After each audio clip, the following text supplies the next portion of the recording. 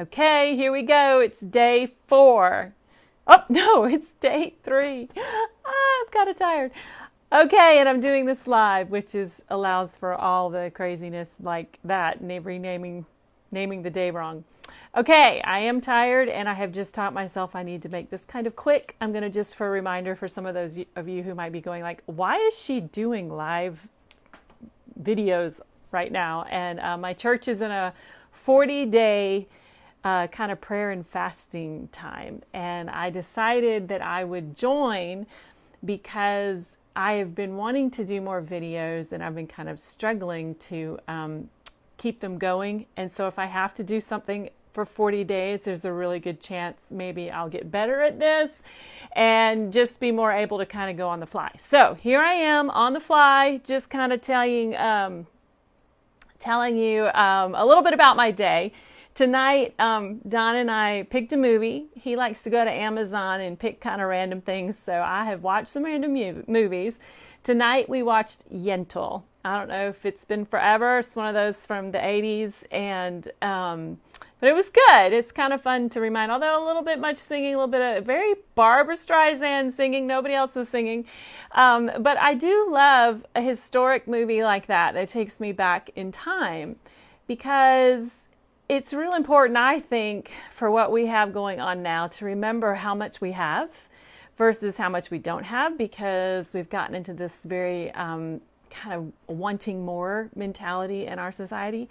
And a movie like Yentl just really reminds me that there were times women weren't even allowed to study. They weren't allowed to, they were just supposed to cook and clean. And I cannot imagine what I would have been like if I had been one of those women in one of those situations. This is simply just, it helps me in the context of, answering doctor phone calls today and planning for surgery, which is what I'm starting to get is those cranked up calls from Northside Hospital. And, the reminder that, I'll be in the hospital for a couple days. And I keep trying to say I'm just going for another tune-up because I've had several others, so it'll just be another one. But the reality is I have a surgery coming up, and those things can seem really big. We're used to certain stressors in our lives being on a certain scale of intensity and thus having an emotional response. And I feel like one of the things that looking back in history does is it kind of helps us to put where we are now in perspective. I can be kind of freaked that I'm going in for my 9th surgery, or I can say, man, praise you, Jesus, that I can go in for 9th surgery and try to live with less pain.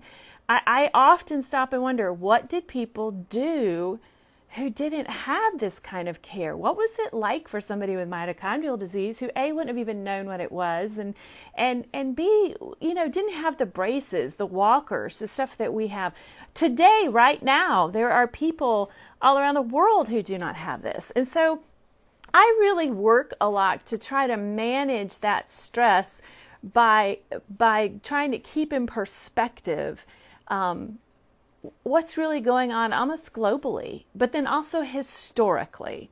So maybe that's what I'll leave you with tonight on this Friday night before I go to bed is, hey, remember, we are just such a dot in this whole global and whole historic journey that I believe the God of the universe, through the resurrection of Christ, is writing a story of redemption. And while we matter, while he said to me a couple of days ago, hey, I'm in you and you matter, and you being in this room, you're carrying me, like we all matter, and that's really, really important. At the same time, we are just a part of a big group of people historically and globally alive today. And when I kind of work on both of those, I have to keep both of those thoughts in balance almost, so that I can take phone calls from the medical people and get ready for a 9th surgery and try to go, you know what? There's nothing in that surgical unit that is too big for Jesus. Yeah, there's a lot that could go wrong. I am guaranteed little other than Christ crucified, dead, and resurrected.